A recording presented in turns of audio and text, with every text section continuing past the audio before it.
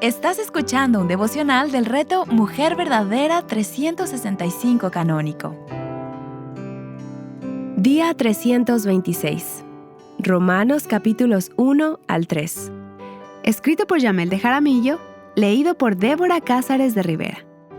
Hoy iniciamos uno de los libros más extraordinarios, rico en contenido y a la vez uno de los más controversiales de las Escrituras.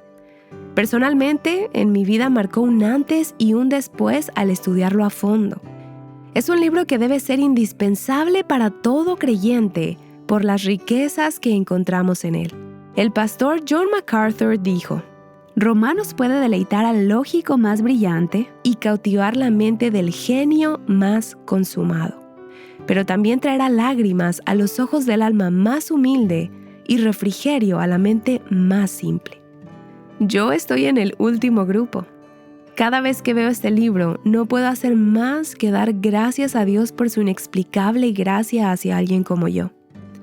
El autor es el apóstol Pablo. En estos primeros capítulos, este libro ofrece respuestas acerca del hombre y de Dios. Así que te invito a que iniciemos este viaje por mi libro preferido de la Biblia. Capítulo 1. Las buenas nuevas de parte de Dios. Pablo inicia diciendo que fue separado para el Evangelio de Dios. Su propósito en el reino era llevar las buenas nuevas, el precioso Evangelio de Jesucristo. Pablo abrazó este llamado y siempre recordaba su posición de siervo. Lejos de alardear de su llamado, lo vivió con toda humildad. Su vida estaba apartada para Dios, dedicada enteramente a Él y al Evangelio. Así es que veremos mucho esta palabra en toda esta carta. El mismo Pablo era un ejemplo del gran amor, misericordia y esa gracia escandalosa de Dios en su propia vida. El que en su momento era perseguidor de la iglesia, como vimos en Hechos, es ahora el vocero principal de la iglesia. ¿No te parece eso asombroso? En los primeros versículos, Pablo hace referencia a las promesas que habían sido dadas por los profetas en el Antiguo Testamento. Y es algo que hemos ido viendo durante todo este viaje leyendo la Biblia completa, y sobre todo en la persona de las buenas nuevas, nuestro Señor Jesucristo. Luego pasa a expresar cuál es el mensaje del Evangelio: llamar a todas las personas a la obediencia a la fe, que en este caso se utiliza como un sinónimo de salvación. Cuando somos salvos por medio de la fe, eso nos lleva a reconocer que esta salvación involucra permanecer en sumisión a su señorío. Que podamos decir como Pablo que somos sus siervos. Más adelante, en el capítulo, Pablo habla sobre sus deseos de visitar Roma y a partir del versículo 15 pasamos a la parte focal del capítulo 1. La centralidad de la fe y cómo el hombre ha ignorado a Dios. Conceptos importantes de este capítulo. No avergonzarse del Evangelio, ya que es poder de Dios. Nada ni nadie debe detenernos en proclamar este maravilloso Evangelio. Recordar que no depende de mí. El poder viene de Dios.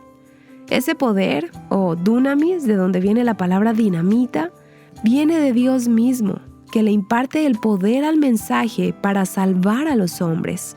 Es Él y no nosotros. Mas el justo por la fe vivirá. Este es uno de los versículos que más ha impactado y cambiado la vida de muchos, como por ejemplo la de Martín Lutero. Es una cita de Habacuc que nos apunta a un acto de continuidad. No es algo que ocurre una sola vez y ya. Necesitamos el Evangelio todos los días y necesitamos creerlo diariamente. Es un estilo de vida. El verdadero creyente vivirá por la fe toda su vida. La ira de Dios. Nos resulta verdaderamente difícil pensar en un Dios airado. Pensamos erróneamente que el Dios airado era solamente en el Antiguo Testamento y nos olvidamos de que sus atributos no han cambiado, que Él no cambia. Su ira se sigue revelando ante la injusticia y la impiedad. Tanto en el Antiguo como en el Nuevo Testamento se hace referencia a la ira de Dios. Lo bueno de esto es que su ira no es como la nuestra, y a Dios no se le va la mano cuando todo lo hace con base en su justicia perfecta. Dios pagará justamente a todos. No tienen excusa. Sin duda, esta es la parte más difícil de digerir de este capítulo. Dios se ha revelado a sí mismo desde el principio. Todos los hombres tienen evidencia de Dios. El versículo 18 nos da un claro ejemplo de que la humanidad pecadora detiene la verdad de Dios por su propia impiedad e injusticia. Si bien es cierto que nadie puede encontrar a Dios por sí mismo, ni por su propia iniciativa, Dios en su gracia ha provisto evidencias abundantes de su existencia. El final de este capítulo detalla cuáles han sido entonces las consecuencias que sufre la humanidad por la decisión de no reconocer a Dios como Dios. El hombre quiso ser sabio en su propia opinión, y lo único que hemos logrado es volvernos necios, trayendo como consecuencia el abandono de Dios. Capítulo 2. En este capítulo, Pablo continúa describiendo las consecuencias de la negación de Dios. Dice que somos inexcusables. Esta descripción choca en gran manera con nuestra sociedad políticamente correcta. Para las personas que se creen éticamente correctas, leer estas declaraciones es como que les caiga un balde de agua fría. La frase "quien quiera que seas" abarca a todo el mundo. Moralistas, fariseos, cristianos que se creen que son rectos delante de Dios, pecadores, inmorales, paganos, toditos. El hombre no tiene derecho a nada. No somos el estándar, Cristo es el estándar. Pablo dice que cuando juzgamos a los demás nos condenamos a nosotros mismos. Por eso, cuidado, no creamos que somos el estándar. Es por eso que todos necesitamos el Evangelio todos los días. Dios pagará a cada uno conforme a sus obras.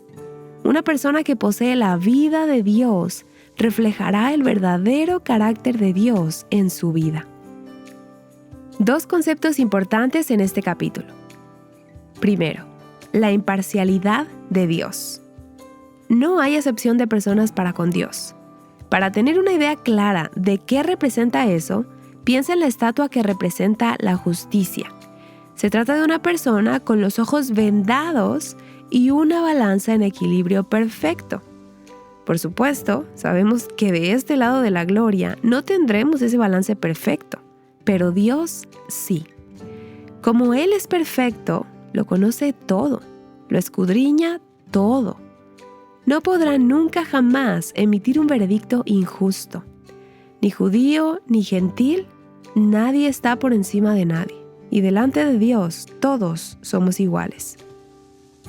Segundo, la falsa seguridad.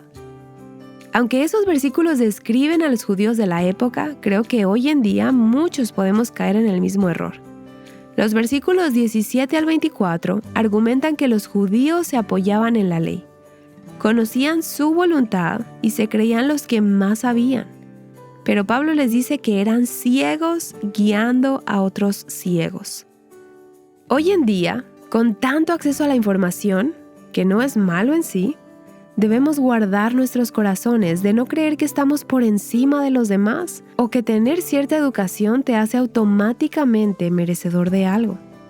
Recuerda que no somos el estándar y que lo que revela la obra de Dios en nuestras vidas es que le reflejemos a Él. Tener conocimiento o tener un título te puede dar estatus, pero tener una relación personal con Cristo es lo que realmente te dará la identidad que necesitas y que solo encuentras en Dios. Mas el que se gloríe, gloríese de esto, de que me entiende y me conoce. Pues yo soy el Señor que hago misericordia, derecho y justicia en la tierra. Porque en estas cosas me complazco, declara el Señor. Jeremías 9:24. Capítulo 3. Pablo sigue hablando sobre las ventajas que puede tener un judío y ocupa los versículos del 1 al 8. Pero quiero enfocarme más del versículo 9 en adelante. Son versículos confrontadores y causantes de diversas opiniones. Quiero resaltar algunas cosas. La culpabilidad de todos los hombres. Todos los seres humanos estamos convencidos de que somos básicamente buenos.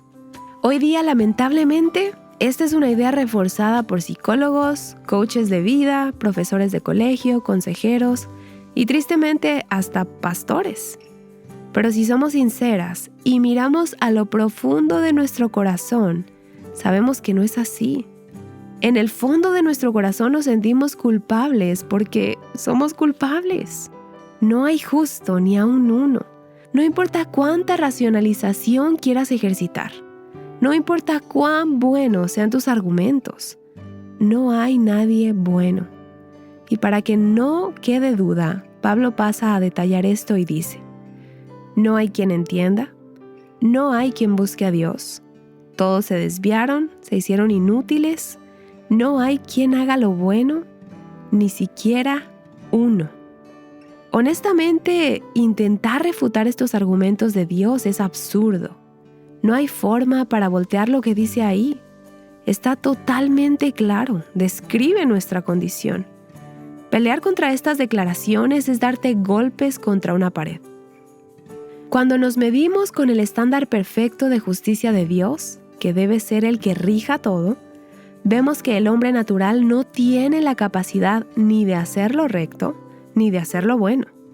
Por eso es que necesitamos a Dios. Por cuanto todos pecaron, están destituidos. Es por esa razón que necesitamos de Cristo, de su cruz, de la gracia de Dios. Aquí llegamos a estos maravillosos versículos que son liberadores. Todos son justificados gratuitamente por su gracia por medio de la redención que es en Cristo Jesús, para demostrar en este tiempo su justicia, a fin de que Él sea el justo y sea el que justifica al que tiene fe en Jesús. ¿Dónde está, pues, la jactancia? Queda excluida. ¿Por cuál ley? ¿La de las obras? No, sino por la ley de la fe. Porque concluimos que el hombre es justificado por la fe aparte de las obras de la ley. Porque en verdad Dios es uno, el cual justificará en virtud de la fe a los circuncisos, y por medio de la fe a los incircuncisos. Romanos 3, versículos 24, 26 al 28 y 30. Qué bueno es saber que no depende de mí. Gracias, Dios, por tu gracia inmerecida.